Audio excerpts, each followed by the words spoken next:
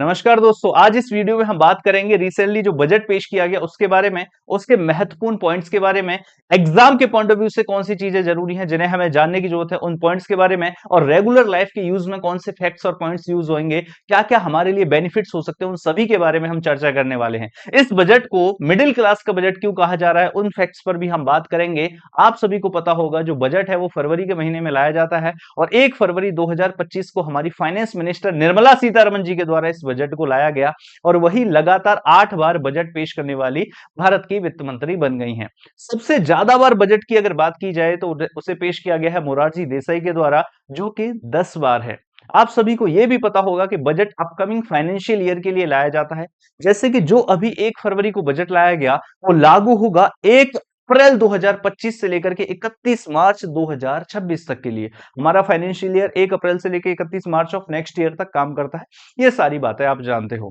तो कौन कौन से फैक्ट्स हैं उन सभी की हम चर्चा करने वाले हैं। तो चलिए सीधा शुरू करते हैं। क्या क्या मेन पॉइंट्स हैं मैं आपको आसान भाषा में बताऊंगा। बस जरूरी है कि आप इस वीडियो को पूरा देखें। पूरा देखने के बाद जब ये वीडियो खत्म होगी तो आपको समझ आएगा कि बजट की कौन सी बातें हैं जो जिन पर आपको फोकस करना है। देखिए, न्यूज चैनल्स पर बहुत सारी वीडियोस में आपने बजट को पढ़ा होगा, लेकिन आपके एग्जाम के पॉइंट ऑफ व्यू से कौन सी बातें हैं जिन्हें आपको याद रखना है और कैसे उन्हें याद रखा जा सकता है, कैसे समझा जा सकता है आसान भाषा में, उन सभी पर हम चर्चा करने वाले हैं। आ जाइए जरा। अच्छा, उससे पहले एक आपके लिए कमेंट में आपको आंसर बताना है। देखिए, जो हमारी फाइनेंस मिनिस्टर है निर्मला सीतारमण, बहुत सारी बातें हुई, बिहार विशेष पर बात की गई, बिहार के लिए बहुत सारी चीजें हुई, आईआईटी पटना की बात की गई। यहाँ पर इन्होंने जब बजट पेश किया तो आपको पता है कि राष्ट्रपति द्रौपदी मुर्मू जी ने इन्हें दही शक्कर भी खिलाया था और उसके बाद ये गई। तो इन्होंने जो साड़ी पहनी थी वो मधुबनी पेंटिंग से बनी हुई थी, है ना। बिहार बिहार की फेमस मधुबनी पेंटिंग से मिलकर के बनी मधुबनी पेंटिंग से बनी हुई साड़ी थी। आपको ये बताना है कि मधुबनी पेंटिंग की साड़ी को जे टैग भी मिल रखा है कि इन्होंने जो साड़ी पहनी थी उस साड़ी को किसके द्वारा डिजाइन किया गया है, ये आपको कमेंट बॉक्स में बताना है। आपको पहले ही होमवर्क मिल चुका है। अब चलिए बात करते हैं थोड़ी सी कौन कौन से पॉइंट्स रहने वाले हैं खास। सबसे पहली बात तो इस बजट की अगर हम बात करें तो हमारा लक्ष्य क्या है, हमारा डेस्टिनेशन क्या है, हमें कहां तक जाना है, कहां पर जाके रुकना है। तो हमारा डेस्टिनेशन है विकसित भारत। हमें क्या करना है, विकसित भारत बनाना है। जी हाँ, बिल्कुल, हमें विकसित भारत बनाना है और इसके लिए हमारे जो लक्ष्य है वो है 2047।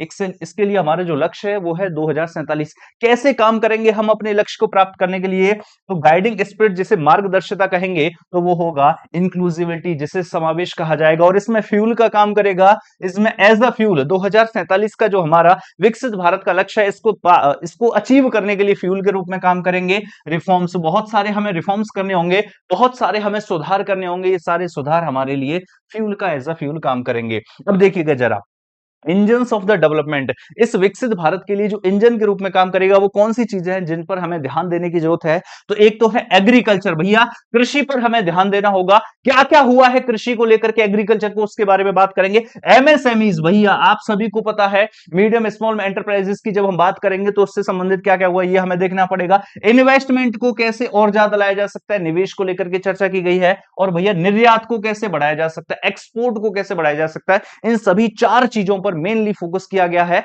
आइए एक एक करके चीजों को समझने की कोशिश करते हैं। चलिएगा, बजट सिंपल सी भाषा में आप कहो तो जैसे घर परिवार का जो है खर्चा चलाया जाता है ना, वैसे जैसे पापा की मंथली इनकम आ गई या बहन की आ गई, भाई की आ गई, तो पूरे परिवार की जो कमाई होती है उस कमाई में से फिर कैसे खर्चे किए जाने हैं, तो खर्चे कहाँ कहाँ कैसे कैसे किए जाएंगे उसकी जो प्लानिंग होती है वही घर का बजट होता है। वो मंथली बेसिस पर काम करता है। वैसे ही सरकार क्या करती है, या देश के लिए जो बजट लाया जाता है वो मंथली बेसिस पर नहीं लाया जाता, वो ईयरली बेसिस पर लाया जाता है। तो सरकार की जो कमाई हुई, पैसा कहां से आया, कितना आया, उसकी जानकारी, और पैसा कहां जाएगा, कितना जाएगा, उसकी जो जानकारी है, यही बजट कहलाती है।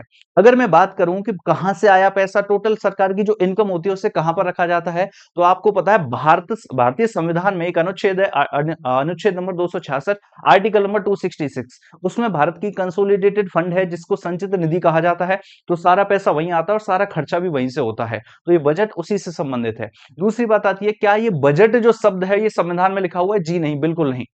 यहां पर बजट शब्द की बजाय लिखा गया है एनुअल फाइनेंशियल स्टेटमेंट, जो कि आर्टिकल नंबर 112 में है। तो थोड़ा सा हमने कॉन्स्टिट्यूशन से रिलेटेड 2-3 बातें देख ली। अब यहां पर सबसे ज्यादा जो हाईलाइट हो रहा है मिडिल क्लास को लेकर के, जो हाईलाइट हो रहा है वो हो रहा है no income tax payable on the income up to 12 lakh rupees. 12 lakh रुपए तक कोई भी इनकम टैक्स नहीं देना है। ये क्या है इसको अभी हम समझेंगे थोड़ा सा आगे चल करके, थोड़ी देर के लिए इसको छोड़िए, दूसरी पॉइंट्स की तरफ आइए। इसको मैं बड़े ही प्यार से समझाऊंगा कि 12 लाख की इनकम पर इनकम टैक्स नहीं देना है, और 12 लाख से अगर 13 लाख भी होती है तो फिर कितना टैक्स देना है। ऐसा नहीं है कि 12 लाख से 13 लाख अगर आपकी इनकम हो जाएगी तो सिर्फ आपको 1 लाख रुपए पर टैक्स देना, ना ना ना ना ना, ऐसा नहीं होगा। अगर 13 लाख इनकम होती है तो आपको 9 लाख पर टैक्स देना होगा। ये क्या कहानी है सर? ये पूरी कहानी आपको समझाऊंगा, आप सुनिएगा जरा ध्यान से। तो अभी इनकम टैक्स वाली चीज को छोड़ देते हैं। 5 प्रायोरिटीज ऑफ गवर्नमेंट क्या उनको देखिए जरा। एसोलेट ग्रोथ, ग्रोथ को बढ़ाना है हमें, सिक्योर इंक्लूसिव डेवलपमेंट की तरफ, विकास की तरफ काम करना है, प्राइवेट सेक्टर इन्वेस्टमेंट को बढ़ाना है, हाउस होल्ड सेंटिमेंट्स को अपलिफ्ट करना है, और spending power of India, Bharat की जो स्पेंडिंग पावर है उसको भी भैया, राइजिंग मिडिल क्लास की पावर को भी भैया बढ़ाना है, यहां पर कहा गया है।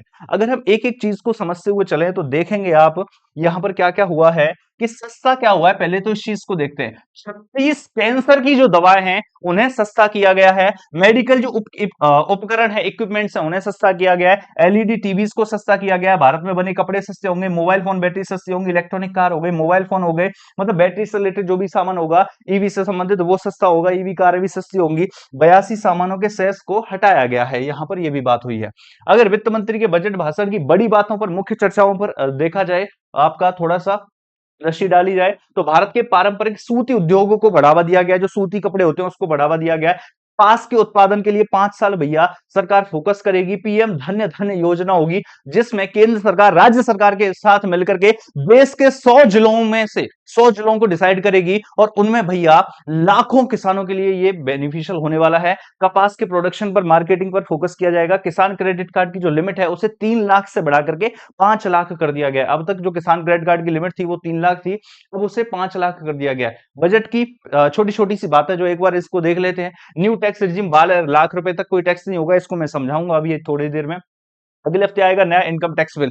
ये देखो, ये प्लानिंग होती है। अभी ये बिल पास होगा पार्लियामेंट में, तब जाकर के इसको इंप्लीमेंट किया जाएगा। अभी जो फाइनेंस मिनिस्टर उन्होंने ये प्लान दिया है।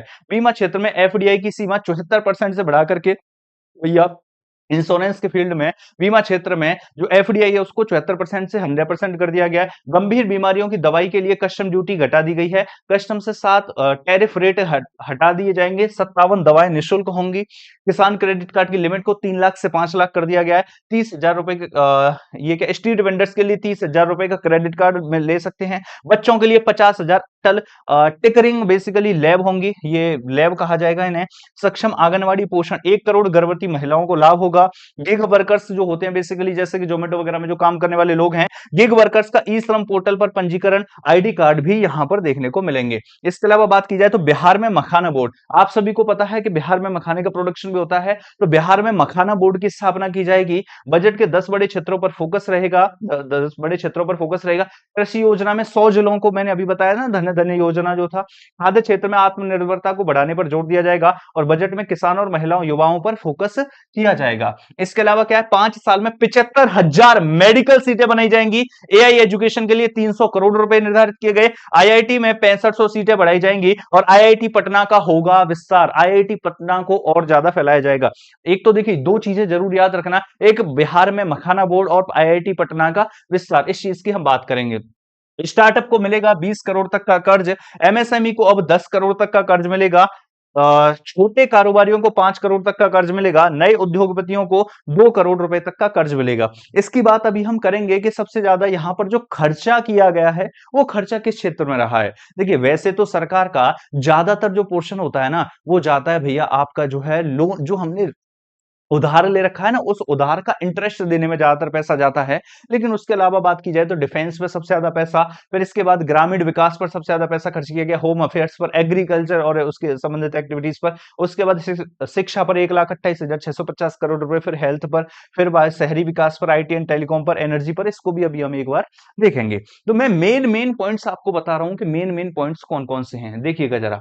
यहां पर बात की जाए तो national mission on the high yielding seeds, जो किसान होते हैं उनके लिए कुछ इस प्रकार की सीड हो जिनकी उर्वरक शक्ति ज्यादा हो। जैसे मान लीजिए 1 बीघा खेत में आप मान लेते हैं कि 4 क्विंटल गेहूं होता है, तो कुछ ऐसे सीड उत्पन्न किए जाएं जिससे 4 की बजाय 5 क्विंटल 6 क्विंटल तक गेहूं होने लगे। उससे क्या होगा कि किसानों की जो आय होगी उसको बढ़ाया जाएगा। इसके अलावा credit card through KCC facilitate short term loans for 7.7 crore farmers, fisherman and dairy farmers with the एंचेस ऑफ लोन ऑफ 5 लाख रुपए तक का लोन ले सकते हैं। इसमें लगभग 7.7 करोड़ फार्मर्स का फायदा होगा।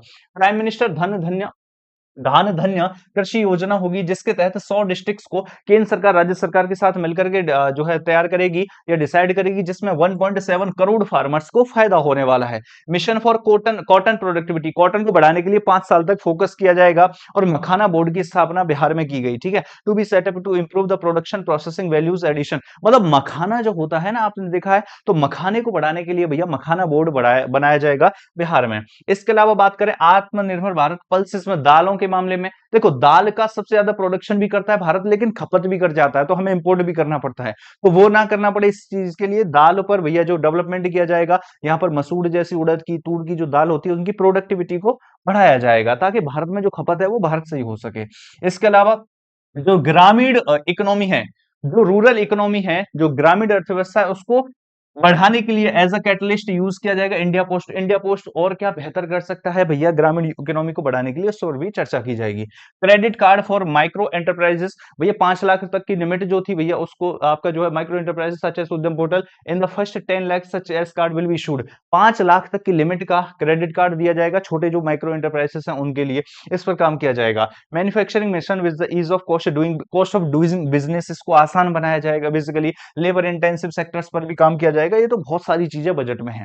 अच्छा, थोड़ा सा एमएसएमई से संबंधित देख लेते हैं, जो स्मॉल एंड मीडियम एंटरप्राइजेस आपका इंडस्ट्रीज होती हैं। देखिए, क्रेडिट गारंटी की अगर बात करें तो एमएसएमई की जो क्रेडिट गारंटी थी पहले आपका जो है 5 करोड़ रुपए की थी, अब इसे 10 करोड़ कर दिया गया है। और स्टार्टअप्स की जो क्रेडिट गारंटी थी वो 10 करोड़ की थी, अब इसे 20 करोड़ कर दिया गया है। दूसरी चीज, थोड़ा सा एमएसएमई की डेफिनेशन को भी चेंज किया गया। क्या चेंज हुई है डेफिनेशन, इस बात को आप समझना जरा, कि माइक्रो एंटरप्राइजेस को पहले मतलब अभी तक जो जाना जाता था, जो 1 करोड़ का इन्वेस्टमेंट वाली चीज थी उसे माइक्रो एंटरप्राइजेस जाना जाता था। अब 2.5 करोड़ तक का अगर इन्वेस्टमेंट किया है तो वो माइक्रो एंटरप्राइजेस में आएगा। स्मॉल एंटरप्राइजेस में आता था 10 करोड़ तक का, अब वो 25 करोड़ तक के इन्वेस्टमेंट वाली जो कंपनी है वो आपका जो स्मॉल एंटरप्राइजेस में आएगी। पहले 50 करोड़ तक के इन्वेस्टमेंट वाली कंपनी मीडियम एंटरप्राइजेस में आती थी, अब 125 करोड़ तक के इन्वेस्टमेंट वाली कंपनी जो है वो मीडियम एंटरप्राइजेस में आएगी। अच्छा, टर्नओवर के आधार पर अगर डिसाइड किया जाए तो पहले 5 करोड़ रुपए तक का टर्नओवर करती थी माइक्रो वाली कंपनी, अब 10 करोड़ तक का टर्नओवर कर सकती है। दूसरा, स्मॉल एंटरप्राइजेस वाली कंपनी मानी जाती थी जो 50 करोड़ का करती थी, और 100 करोड़ तक के टर्नओवर वाली कंपनी स्मॉल एंटरप्राइजेस होगी। मीडियम एंटरप्राइजेस में पहले 250 करोड़ तक का था, अब 500 करोड़ तक का अगर टर्नओवर है तो भैया वो आपका मीडियम एंटरप्राइजेस में माना जाएगा। इसके अलावा बात करें तो यहां पर support states for the infrastructure, जो राज्य है ना, केंद्र सरकार जो है ना, केंद्र सरकार राज्य को 1.5 लाख करोड़ रुपए का, क्या कहा, केंद्र सरकार राज्य को 1.5 लाख करोड़ रुपए का लोन दे देगी बिना किसी इंटरेस्ट के। तो ये राज्य में इंफ्रास्ट्रक्चर को और ज्यादा बेहतर बनाने के लिए। जल जीवन मिशन 100% कवरेज हो जाएगी, एक्सटेंडेड टिल 2028, इसको 2028 तक बढ़ाया गया है जल जीवन मिशन को, ये भी आपको यहां पर देखने को मिल जाएगा। इसके अलावा बात की जाए तो पावर सेक्टर्स में रिफॉर्म किए जाएंगे भैया, पावर सेक्टर में सुधार किए जाएंगे।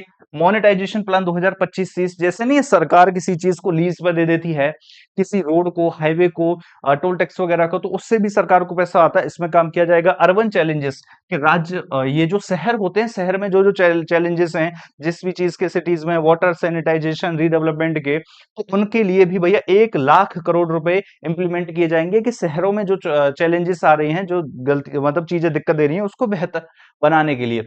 एक्सपोर्ट को प्रमोट किया जाएगा, जो हम भारत से सामान को बाहर बेचते हैं उस चीज पर थोड़ा सा फोकस किया जाएगा। इसके अलावा फाइनेंस सेक्टर रिफॉर्म्स की बात करें तो ग्रामीण क्रेडिट स्कोर को बनाया जाएगा, जो सेल्फ हेल्प ग्रुप होते हैं गांव में उनकी मदद के लिए।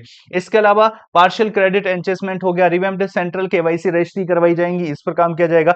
एफडीआई लिमिट को आपको पता है 74 से 100% किया गया इंश्योरेंस के मामले में।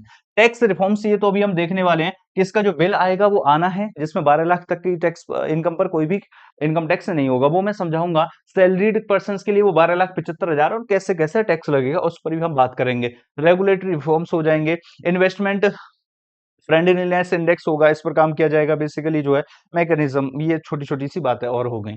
इसके अलावा बात करें तो रिमूवल ऑफ 7 टैरिफ रेट्स, कुछ टैरिफ रेट्स को हटाया जाएगा भैया, बाकी सेस को खत्म करके सिंगल सेस किया जाएगा, इन सब पर भी काम किया जाएगा। नेक्स्ट बात करें, ये इंपॉर्टेंट है, याद रखना, 36 लाइफ सेविंग ड्रग्स और मेडिसिन जो है उसको छूट की लिस्ट में रख दिया गया है। 6 मेडिसिन हैं जिनको सिर्फ 5% ड्यूटी में रखा गया है। इसके अलावा 27 मेडिसिन और 13 नए पेशेंट असिस्टेंस प्रोग्राम्स होंगे जिनको भैया छूट की लिस्ट में रख दिया गया है। इसके अलावा बात करें तो ये आगे इनकम टैक्स वाली बात, ध्यान से सुनना, इनकम टैक्स की क्या कहानी है। इनकम टैक्स की कहानी भैया ये है, अभी सुनो, जो नए रेट हैं वो क्या है और फिर कैसे छूट मिलती है वो भी बताऊंगा।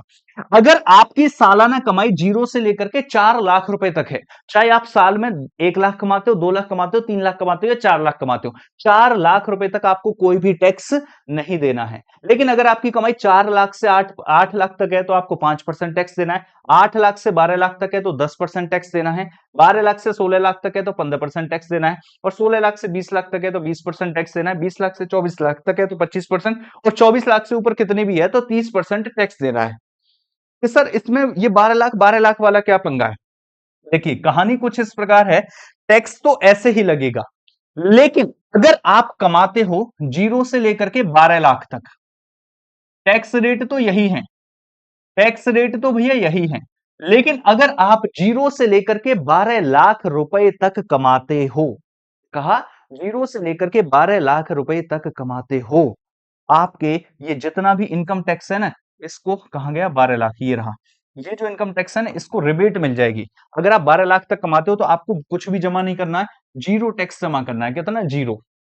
लेकिन अगर आप 12 लाख से ऊपर कमाते हो, माना कि आप कमाने लगे 12 लाख की बजाय आपकी जो कमाई हो गई वो हो गई 15 लाख, 15 लाख, ऐसा नहीं है कि 0 से 12 लाख तक तो आपने कोई टैक्स नहीं दिया, तो 12 से लेके 15 तक मतलब 3 लाख रुपए पे टैक्स दे, ना ना ना ना, 12 लाख से जैसे ही आप ऊपर जाओगे तो फिर आप टैक्स कहां से दोगे, यहां से लेकर के सारे पे टैक्स दोगे।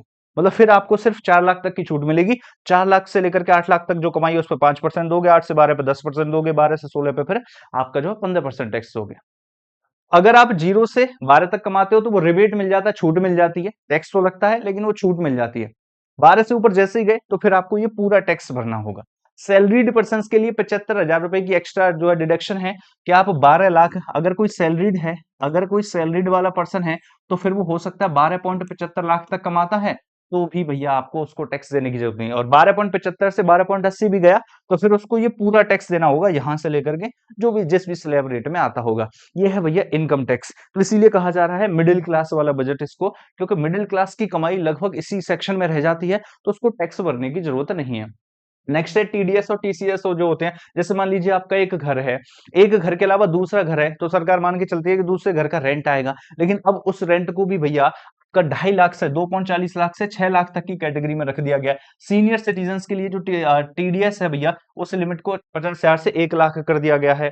इसके अलावा one time upliftment returns from current limit to 2 financial years, कुछ कुछ बातें और भी हैं ये, ठीक है ना, लेकिन मेनली। अच्छा अब बात आती है कि सरकार, आप कह रहे हो कि सर इतना ज्यादा पैसा 50 लाख करोड़ रुपए, ये बजट जो है लगभग 50 लाख करोड़ रुपए का है, तो इतना पैसा कहां से आया है? तो याद रखना कि सरकार जो बजट लेकर के आई, इसमें सबसे ज्यादा जो पैसा है वो उधार लिया गया है, बोरोइंग एंड अदर लाइबिलिटीज।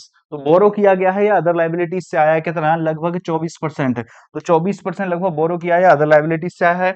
इसके अलावा जो ये जो 22% है इनकम टैक्स है, तो सबसे ज्यादा पैसा उधारी का है। इसके अलावा जो दूसरे नंबर पे पैसा है 22%, वो इनकम टैक्स जो दिया है लोगों ने उसका है। तीसरा है जीएसटी एंड अदर में 18% हो जाता है। इसके अलावा कॉर्पोरेट टैक्स जो कंपनियों के ऊपर लगता है वो 17% है। यूनियन एक्साइज है 5% है। 9% टैरिफ आपका जो है टैक्स रिसिप्ट है, non tax receipt, non debit capital receipt है। कस्टम है 4%। तो ये पैसा आया कहां से? अब ये पैसा जो खर्चा हुआ है वो कैसे कैसे हुआ है, खर्चा कहाँ गया है?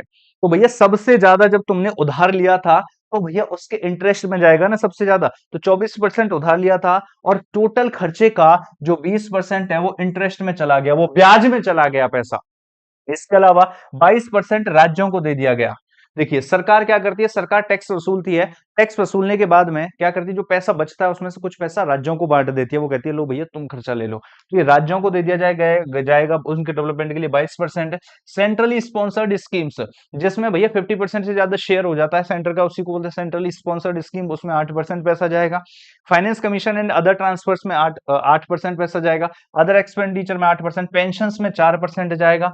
सेंट्रल की जो स्कीम है जो केंद्र सरकार के द्वारा चलाई जाती है उसमें 16% जाएगा। सब्सिडीज वगैरह हैं, मेजर सब्सिडीज में 6% है, और डिफेंस पर भैया 8% का खर्चा किया गया। अगर हम इसकी बात करें, देखो अगर हम बात करें डिफेंस पे सबसे ज्यादा खर्चा कैसे है, 4,91,732 करोड़ रुपए का यहां पर खर्चा किया गया है डिफेंस के ऊपर। गांव के विकास के लिए 2,66,817 करोड़ रुपए। होम अफेयर्स में 2,33,000। आपको ये डिजिट याद नहीं करनी, सिर्फ एक आधा ऊपर का कर लेना, लेकिन सबसे ज्यादा डिफेंस, सबसे ज्यादा तो टैक्स वो इंटरेस्ट में गया ब्याज में। इसके अलावा फिर डिफेंस, ग्रामीण विकास, home affairs, agriculture and allied activities, education, health, urban development, IT, telecom, energy, commerce, industry, social welfare और साइंटिफिक डिपार्टमेंट्स, इन सभी पर ऐसे ऐसे करके खर्चा किया गया है। तो ये कुछ फैक्ट्स से मेजर हाइलाइट्स थी बजट 2025 की। आप लोग मुझे बताना, अगर आप चाहते हो कि बजट के सर टॉप 50 फैक्ट्स दे दीजिए जो एग्जाम के हिसाब से हो। अगर आप लोग चाहते हो कि सर बजट के, जो ये बजट आया है समझा दिया, हमें थोड़ा सा उलझन फिर भी हो रही है और हमने बहुत जगह से देख लिया फिर भी थोड़ी थोड़ी उलझन है, आप हमें टॉप 50 वन लाइनर्स दे दीजिए। टॉप 50 वन लाइनर्स दे दीजिए जिनसे कि हमारा जिनसे कि हमारा बजट कंप्लीट हो जाए 2025 का। तो आप मुझे कमेंट बॉक्स में बता देना, मैं टॉप 50 हिंदी और इंग्लिश में रेडी करवा दूंगा, और आपको टॉप 50 मेजर, अब जो ये बोलते हैं हाइलाइट्स हैं या मेजर अनाउंसमेंट्स हैं, उनके टॉप 50 का आपको मैं एक वीडियो बना के दे दूंगा 10 से 15 मिनट में, उसमें आपको कंप्लीट हो जाएगा। लेकिन बता देना अगर चाहिए, इससे काम चल गया तब तो ठीक है, और नहीं चला हो तो आप मुझे बता देना, टॉप 50 वन लाइनर्स में आपको बता दूंगा। और दूसरा मैंने जो क्वेश्चन पूछा आपसे वो ये पूछा है, आपको मुझे ये बताना है कि जो हमारी फाइनेंस मिनिस्टर हैं निर्मला सीतारमन, उन्होंने जो साड़ी पहनी थी मधुबनी पेंटिंग की, जिसको जीआई टैग भी मिल रखा है, तो उसे जीआई टैग का मिला मधुबनी पेंटिंग को, और निर्मला सीतारमन ने जो साड़ी पहनी थी उसे किसके द्वारा तैयार किया गया था, किस पर्सन ने उस साड़ी को डिजाइन किया है। ये दोनों क्वेश्चंस के आंसर आपको कमेंट बॉक्स में बताने। इसी प्रकार की वीडियोस के लिए सब्सक्राइब कीजिए यश रावत जीएस चैनल को। जय हिंद, जय भारत।